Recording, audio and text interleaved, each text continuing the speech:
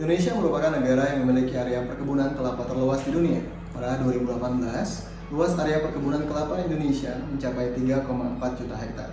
Area tersebut tersebar di seluruh wilayah Indonesia, terutama di Pulau Sulawesi dan Maluku. Sejak 1965, Indonesia, Filipina, dan India secara konsisten mencatatkan total produksi terbesar di dunia. Area perkebunan yang luas didukung dengan iklim tropis yang cocok untuk perkebunan kelapa, membuat Indonesia mampu menguasai produksi kelapa dunia.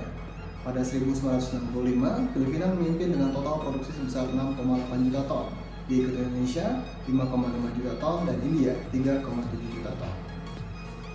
Namun, pada tahun 2018, Indonesia berhasil menyalip produksi kelapa Filipina.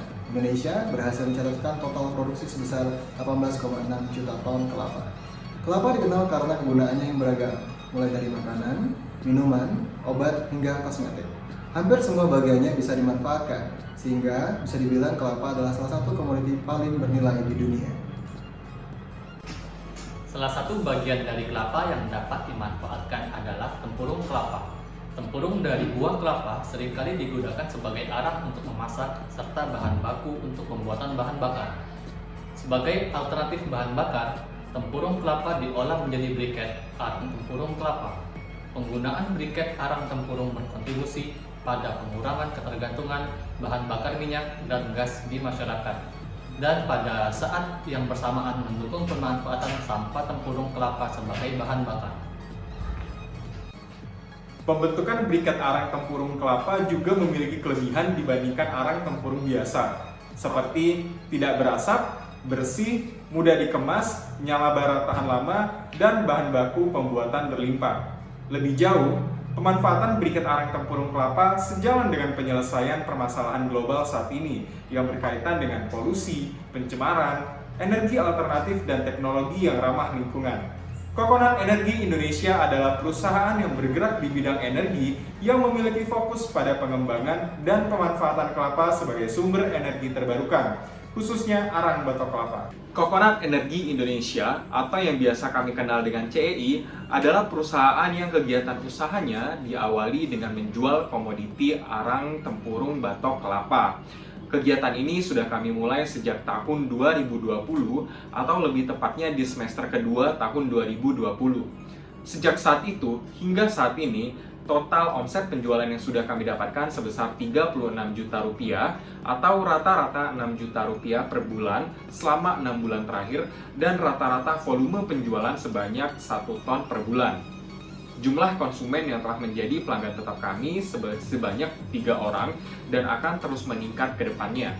Melihat besarnya potensi arang tempurung, saat ini kami menyadari bahwa arang tempurung kelapa dapat dikembangkan dan dimanfaatkan menjadi benda yang lebih bernilai, yaitu dengan mengubah arang tempurung kelapa menjadi briket arang tempurung. Berdasarkan keyakinan itulah, maka kedepannya komoditi yang akan menjadi motor penggerak usaha ini adalah briket arang tempurung kelapa. Dalam hal produksi briket lebih lanjut, saat ini kami sudah melakukan beberapa hal, misalnya survei lokasi yang akan kami jadikan sentra produksi, prototyping briket, pembelian mesin giling arang tempurung, dan persiapan bahan baku. Untuk pemesanan mesin penggiling sendiri, sampai saat ini sedang dalam proses pengiriman ke kota Palembang. Kedepannya masih banyak pekerjaan rumah yang harus kami lakukan dan menjadi tantangan bagi CEI kedepannya.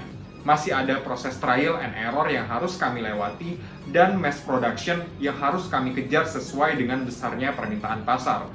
Untuk dapat lebih mengoptimalisasi strategi pemasaran, kedepannya kami juga akan membuat website dan melakukan Facebook Ads.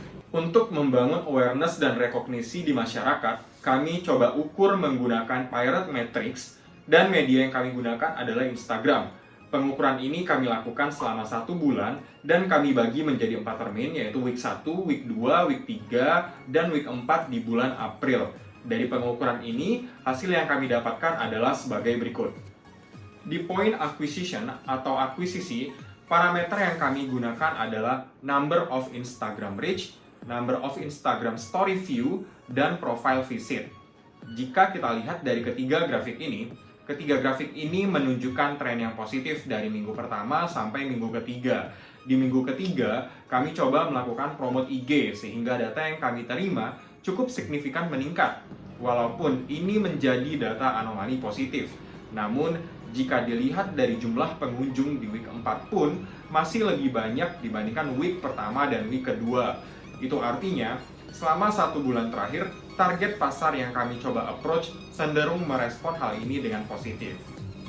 Di poin aktivasi atau activation, parameter yang kami gunakan adalah number of Instagram likes, Instagram comment, dan Instagram save.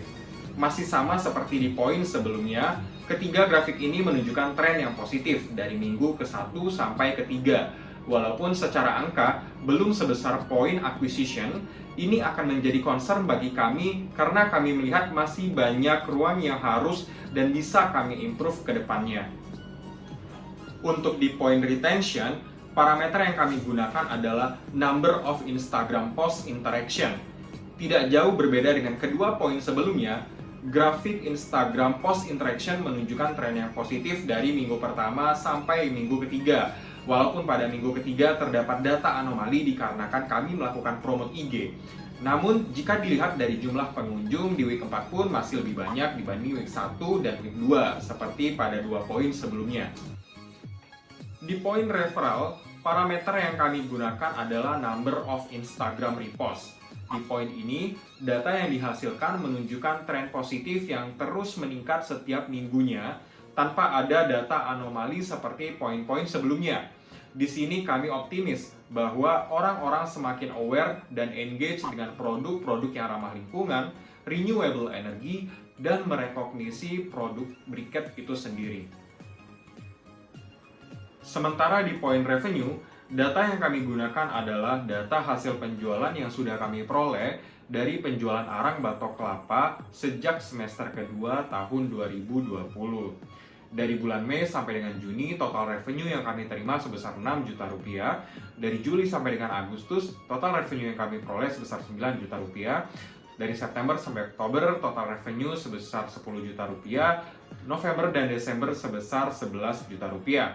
Dan kami optimis kedepannya grafik revenue ini akan semakin meningkat seiring dengan semakin aware-nya masyarakat dengan produk briket arang batok kelapa yang berperan sebagai energi alternatif pengganti energi yang bersumber dari bahan bakar fosil. Demikian presentasi dari tim Coconut Energy Indonesia. Kedepannya kami berharap semoga semakin banyak masyarakat yang aware dan peduli terhadap perubahan iklim, lingkungan, dan mencari energi alternatif dibandingkan ketergantungan terhadap energi bahan bakar fosil.